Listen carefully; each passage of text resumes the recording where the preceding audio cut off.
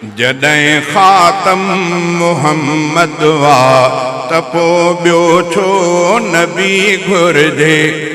नुबुवत आख़िरी आई, नुबुवत बि नथी घुर्जे। जॾहिं ख़ातम मुहम्मद वा त पोइ ॿियो छो नबी घुर्जे। असांजो मुस्तफ़ा अरबी उम्मी आख़िर नबी आहे। असांखे कोन थो दजाल कोई मुदई घुर्जे। नुबुवत आख़िरी आई, नुबुवत बि नथी घुर्जे। जॾहिं ख़ातम मुहम्मद वा त पोइ ॿियो छो नबी घुर्जे। नुबुवत बाग बरसल आ, मगर इन जे हिफ़ाज़त लई खिलाफत के अबू बकर उमर उस्मान अली घुर्जे। खिलाफत के अबू बकर उमर उस्मान अली घुर्जे। नुबुवत आखिरी आई, नुबुवत भी नथी घुर्जे। जॾहिं ख़ातम मुहम्मद वा त पोइ ॿियो छो नबी घुर्जे। सुञाणप लए अबू दाऊद नसई इब्न माजा सां। सुञाणप लए अबू दाऊद नसई इब्न माजा सां। सुञाणप लए अबू दाऊद नसई इब्न माजा सां। बुखारी ऐं सही मुस्लिम ऐं जामिउ तिर्मिज़ी घुर्जे। नुबुवत आखिरी आई, नुबुवत भी नथी घुर्जे। जॾहिं ख़ातम मुहम्मद वा त पोइ ॿियो छो नबी घुर्जे।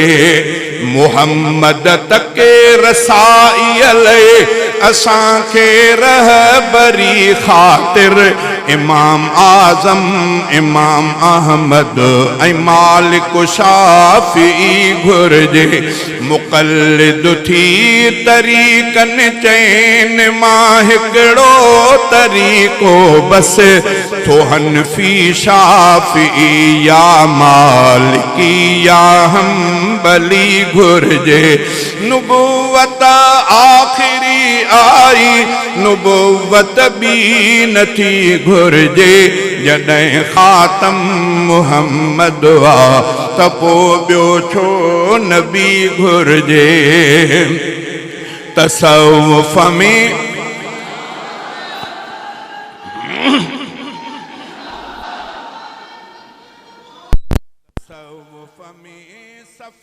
मेहरान साउंड बनवाकिल अब्दुल समद सन्नी शेख एंड रियाज अहमद 0306 27 43 893। सफ़ाई क़ल्ब जे लाइ ज़िक्र वारनि खे। तसव्वुफ़ में सफ़ाई क़ल्ब जे लाइ ज़िक्र वारनि खे।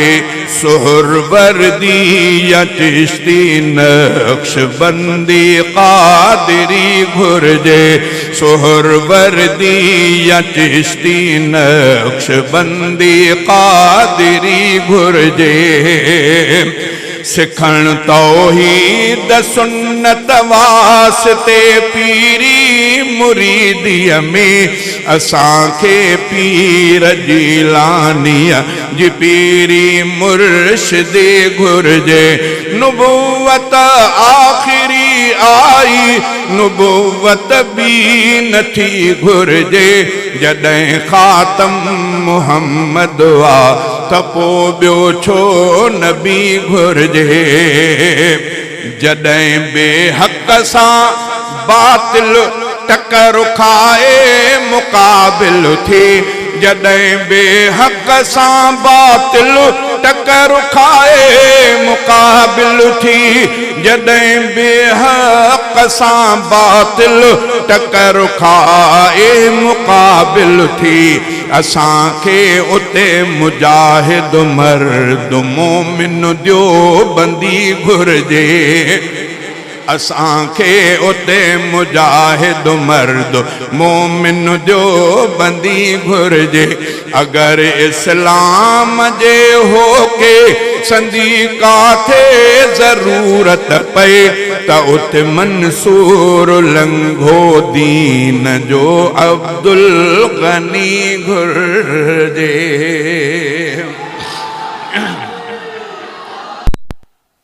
मेहरान साउंड पनवाकिल अब्दुल समद सन्नी शेख एंड रियाज अहमद 0306 27 43 893